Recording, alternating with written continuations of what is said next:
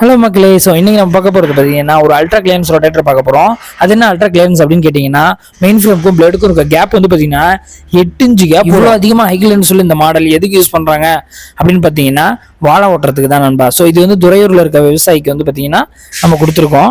7 அடி கொண்டது, 8 பிளேடும் வந்துடும். ஸோ பார்த்தீங்கன்னா டிஃபால்ட்டாக வந்து பனானா ரொட்டேட்டர்ன்றப்ப நம்ம பெரிய டாப்லிங்குமே இதில் யூஸ் பண்ணியிருக்கோம். ஸோ அப்புறம் வீடியோவில் பார்த்தீங்கன்னா உங்களுக்கு தெரியும் அந்த அளவுக்கு குவாலிட்டியாக ப்ரீமியம் லுக்கோட இருக்குது அப்படின்னு சொல்லிட்டு. மெயின் ஃப்ரேம்லாம் 6 mm வந்துடும். சைட் பிளேட்லாம் பார்த்தீங்கன்னா 14 mm திக்னஸ் நம்ம கொடுத்துருக்கோம்.